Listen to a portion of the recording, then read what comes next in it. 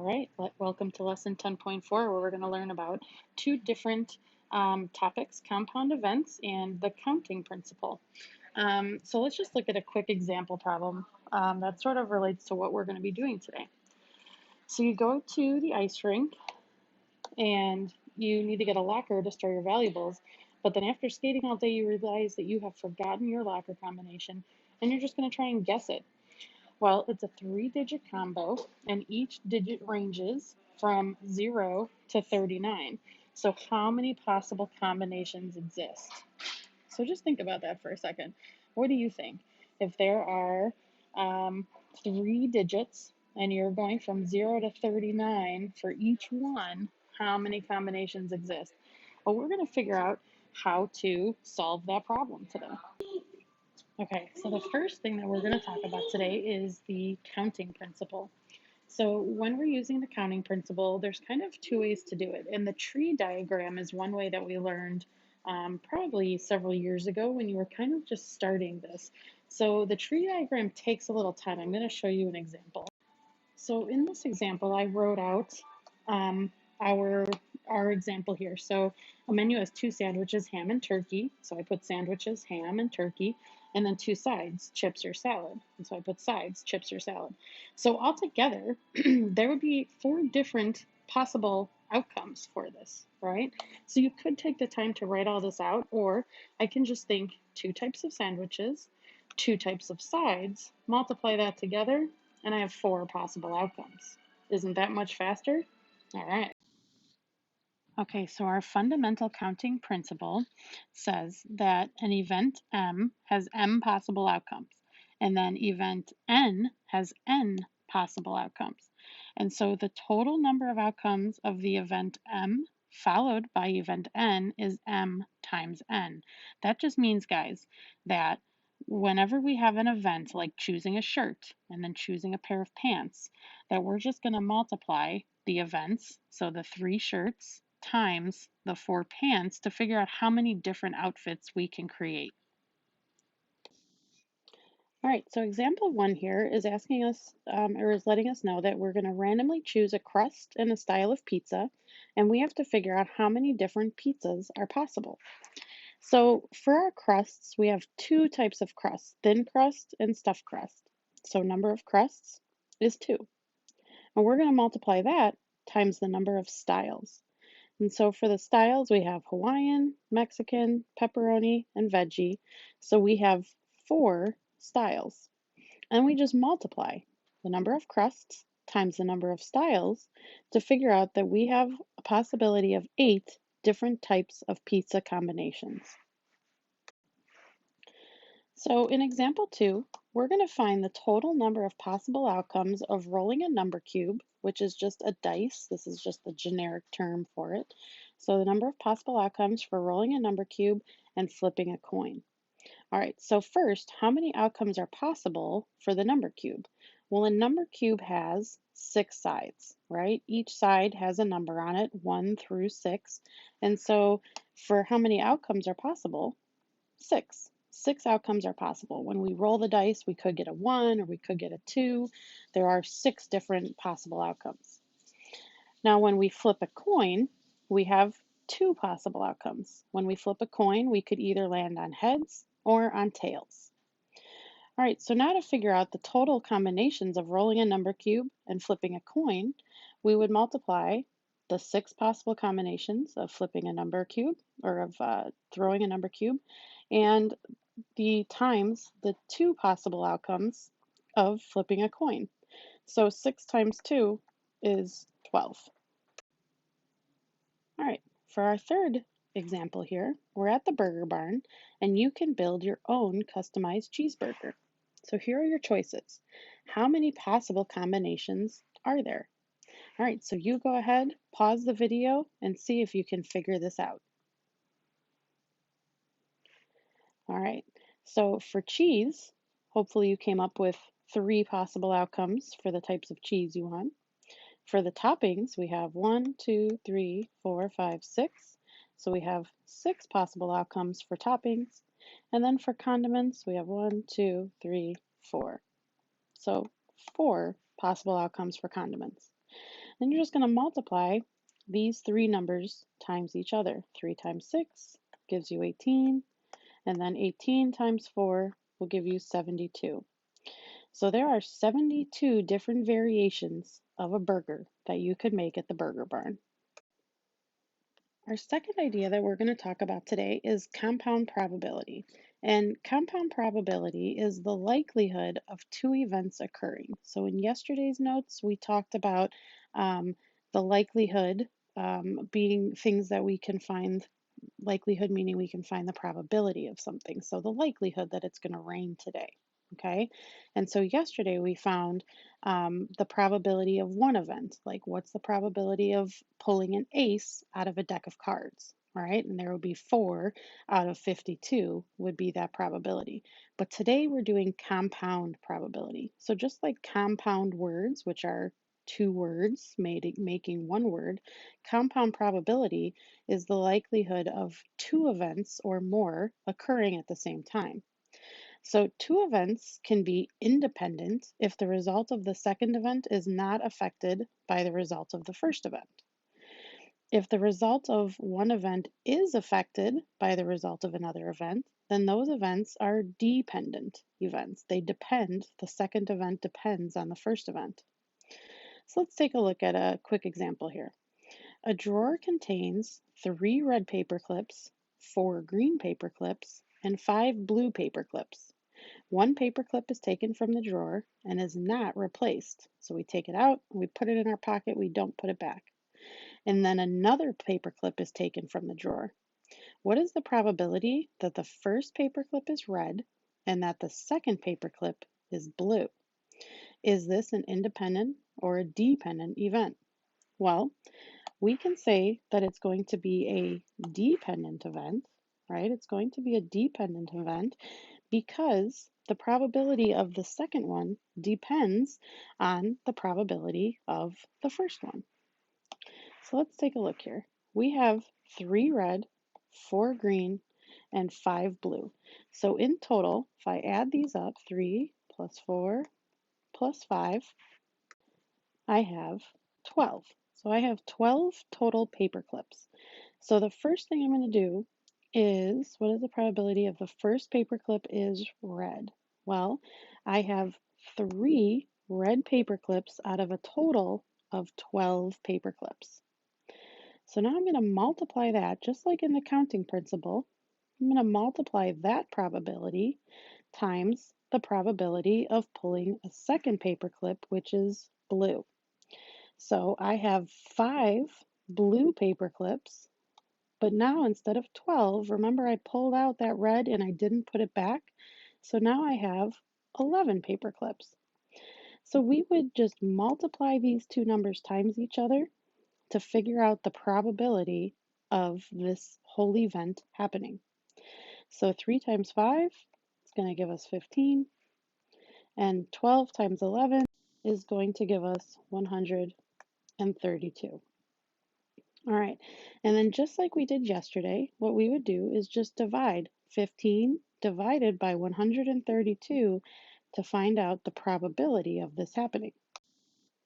And when I divide, I came up with 0.1136, and it went on. And so I can move that decimal 2 places to the right, and I'll get 11.3%. Actually, that would probably, the 6 would tell the 3 to round to a 4, so it would be 11.4%. Okay, so let's try another one. So in this one, we have a bag that contains 3 Skittles, 2 M&Ms, and 4 Reese's Pieces. So what is the probability of choosing a Skittle and then a Reese's Pieces? And assume that you return the candy to the dish each time. So this is an independent event, okay, because one does not depend on the other. So first, let's add up how many total pieces of candy are in our bag. So 3 plus 2 plus 4, so that's going to give us 9. So we have 9 total pieces of candy in our bag. Now for event 1, we're choosing a Skittle. Skittles have 3. So the probability of choosing a Skittle out of the bag is 3 out of a total of 9. right? 3 Skittles out of the total of 9 candies.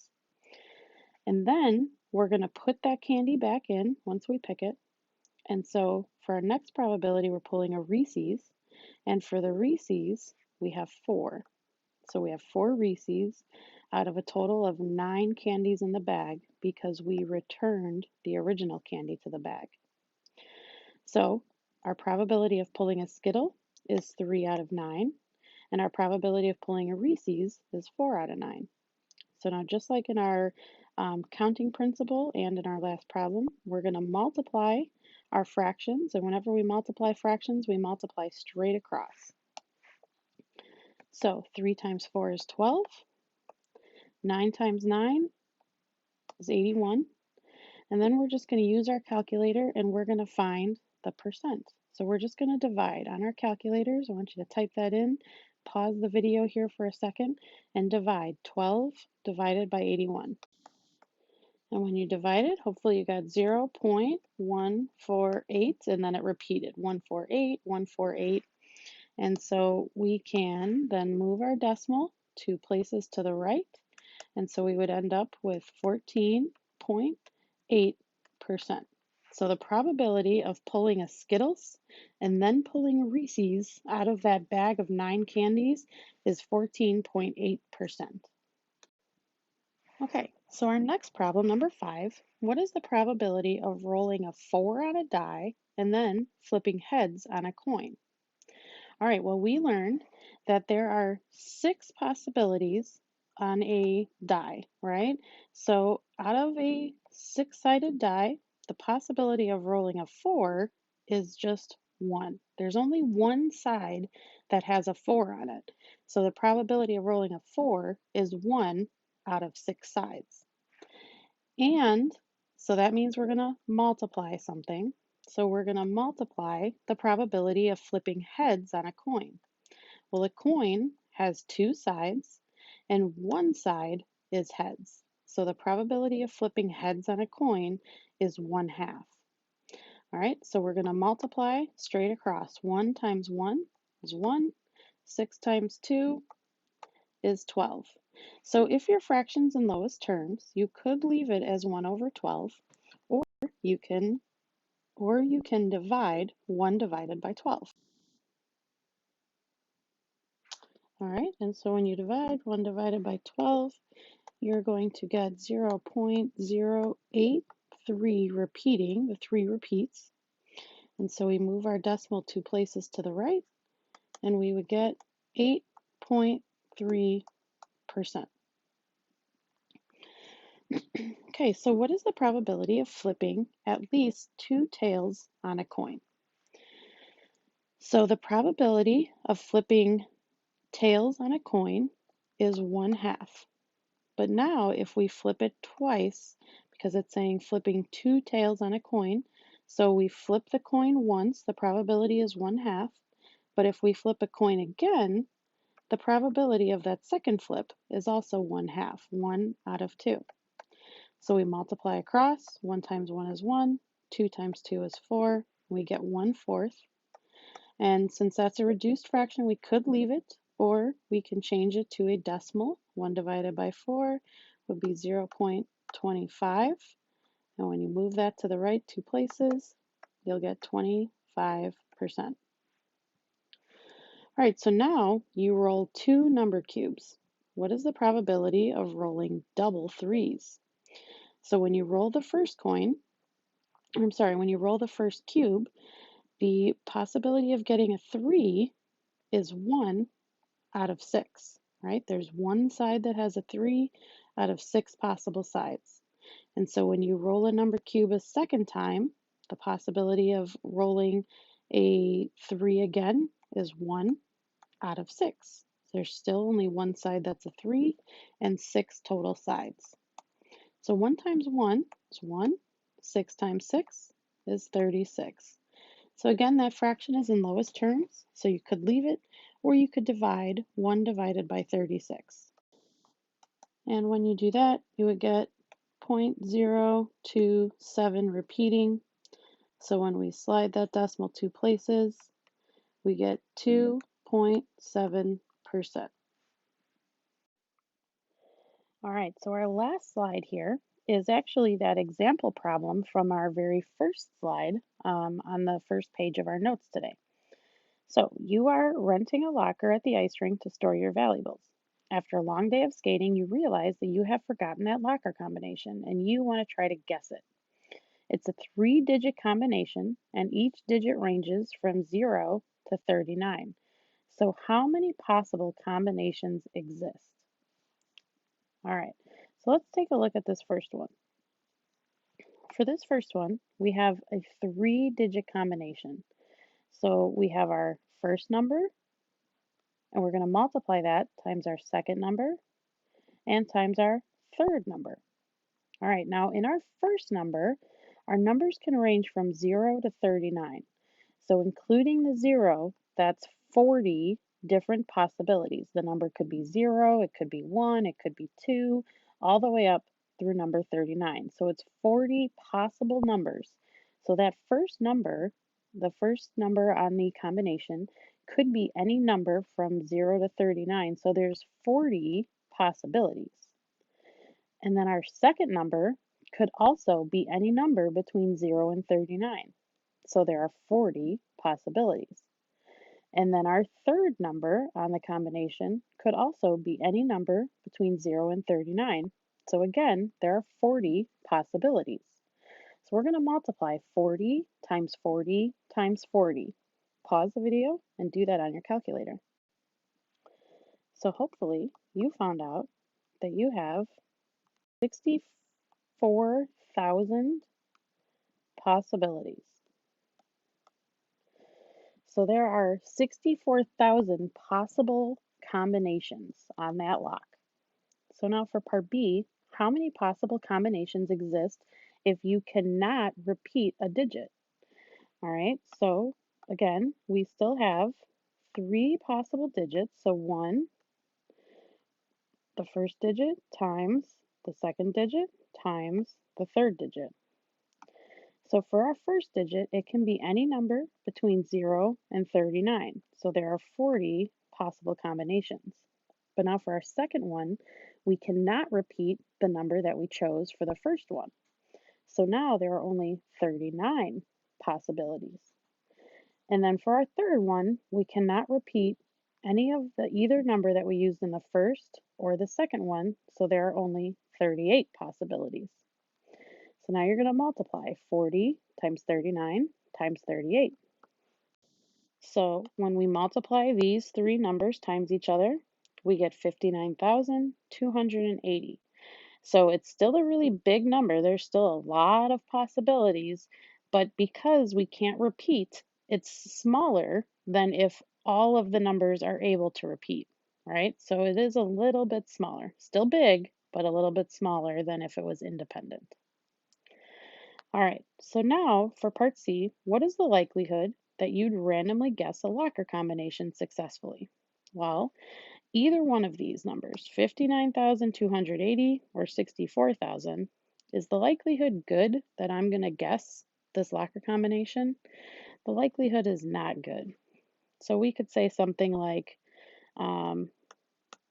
very unlikely. Right? It's very unlikely that we would just randomly guess one of these combinations without knowing the locker combination ahead of time. So that's it for today, guys. You can please submit these completed notes into Schoology, and tomorrow we'll do some practice with these new concepts that we've learned. See you tomorrow.